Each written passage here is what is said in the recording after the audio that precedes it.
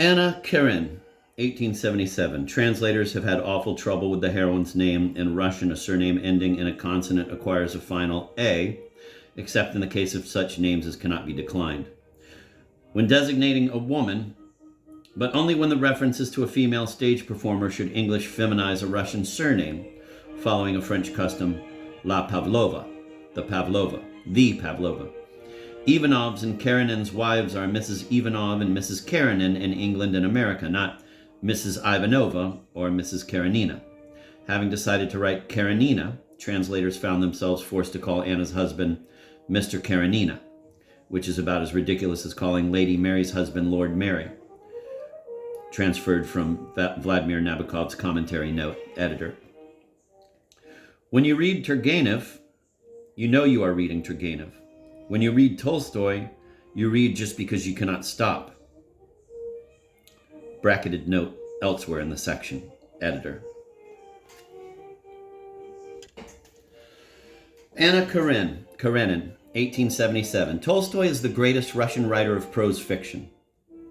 Leaving aside his precursors Pushkin and Lermontov, we might list the greatest artists in Russian prose thus. First, Tolstoy. Second, Gogol. Third, Chekhov. Fourth, Turgenev.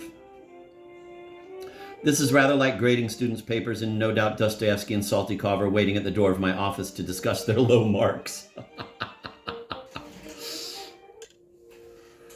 The ideological poison, the message, to use a term invented by quack reformers, began to affect the Russian novel in the middle of the last century and has killed it by the middle of this one.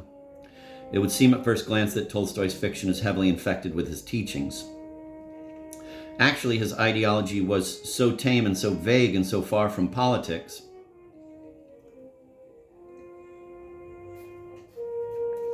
and on the other hand, his art was so powerful, so tiger bright, so original and universal, that it easily transcends the sermon.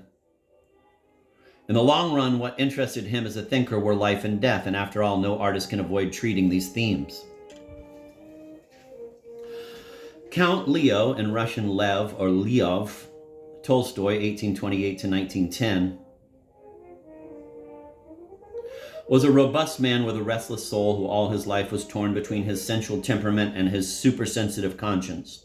His appetites constantly led him astray from the quiet country road that the ascetic in him craved to follow as passionately as the rake in him craved for the city's pleasures of the flesh. In his youth, the rake had a better chance and took it.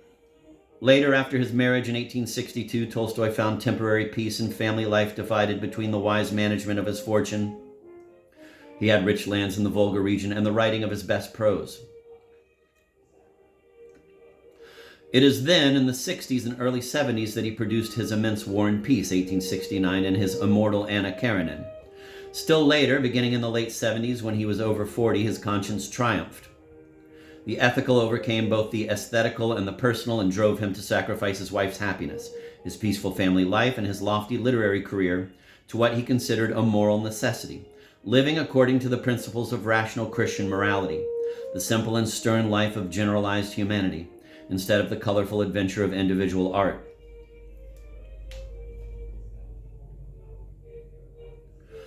And when in 1910 he realized that by continuing to live on his country estate in the bosom of his stormy family, he still was betraying his ideal of a simple saintly existence, he, a man of 80, left his home and wandered away, heading for a monastery he never reached, and died in the waiting room of a little railway station. I hate tampering with the precious lives of great writers, and I hate Tom peeping over the fence of those lives. I hate the vulgarity of human interest. I hate the rustle of skirts and giggles in the corridors of time. And no biographer will ever catch a glimpse of my private life, but this I must say. Dostoevsky's gloating pity for people, pity for the humble and the humiliated, this pity was purely emotional, and his special lurid brand of the Christian faith by no means prevented him from leading a life extremely removed from his teachings. On the other hand, Leo Tolstoy, like his representative Leovin, was organically and unable to allow his conscience to strike a bargain with his animal nature, and he suffered cruelly whenever this animal nature temporarily triumphed over his better self. And when he discovered his new religion, and in the logical development of this new religion, a neutral blend between a kind of Hindu nirvana and the New Testament, Jesus minus the church, he reached the conclusion that art was ungodly because it was founded on imagination, on deceit, on fancy forgery. He ruthlessly sacrificed the giant of an artist that he was to a rather pedestrian and narrow-minded, though well-meaning philosopher that he had chosen to become. Thus, when he had just reached the uppermost peaks of creative perfection with Anna Karenina, he suddenly decided to stop writing altogether, except for essays on ethics.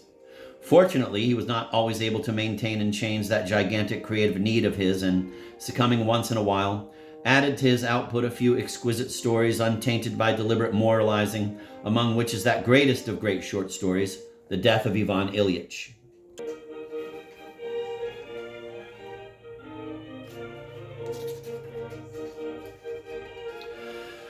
Many people approach Tolstoy with mixed feelings. They love the artist in him and are intensely bored by the preacher, but at the same time it is rather difficult to separate Tolstoy the preacher from Tolstoy the artist. It is the same deep, slow voice, the same robust shoulder pushing up a cloud of visions or a load of ideas.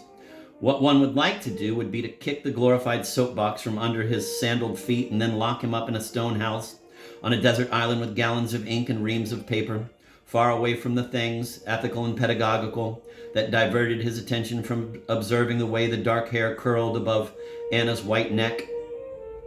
But the thing cannot be done. Tolstoy is homogeneous, is one, and the struggle which, especially in the later years, went on between the man who gloated over the beauty of black earth, white flesh, blue snow, green fields, purple thunderclouds, and the man who maintained that fiction is sinful and art immoral.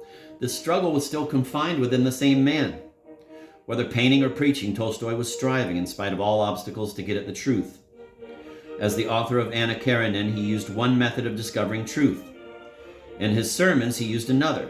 But somehow, no matter how subtle his art was, and no matter how dull some of his other attitudes were, truth, which he was ponderously groping for or magically finding just around the corner, was always the same truth. This truth was he, and this he wasn't. As the author of Anna Karenina, he used one method of discovering truth. In his sermons, he used another. But somehow, no matter how subtle his art was, and no matter how dull some of his other attitudes were, truth, which he was ponderously groping for or magically finding just around the corner, was always the same truth. This truth was he, and this he was an art. What troubles one is merely that he did not always recognize his own self when confronted with truth.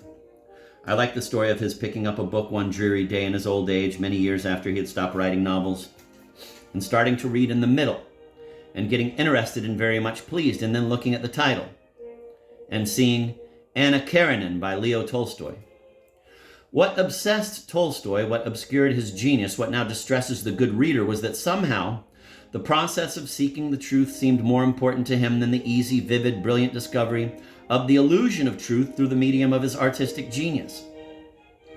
Old Russian truth was never a comfortable companion. It had a violent temper and a heavy tread. It was not simply truth, not merely everyday pravda, but immortal istina. Not truth, but the inner light of truth. When Tolstoy did happen to find it in himself, in the splendor of his creative imagination, then almost unconsciously he was on the right path. What does his tussle with the ruling Greek Catholic Church matter? What importance do his ethical opinions have in the light of this or that imaginative passage in any of his novels? Essential truth, istina, is one of the few words in the Russian language that cannot be rhymed. It has no verbal mate, no verbal associations. It stands alone and aloof, with only a vague suggestion of the root to stand, and the dark brilliancy of its immemorial rock. Most Russian writers have been tremendously interested in truth's exact whereabouts and essential properties. To Pushkin, it was of marble under a noble sun. Dostoevsky, a much inferior artist, saw it as a thing of blood and tears and hysterical and topical politics and sweat. And Chekhov kept a quizzical eye upon it while seemingly engrossed in the hazy scenery all around.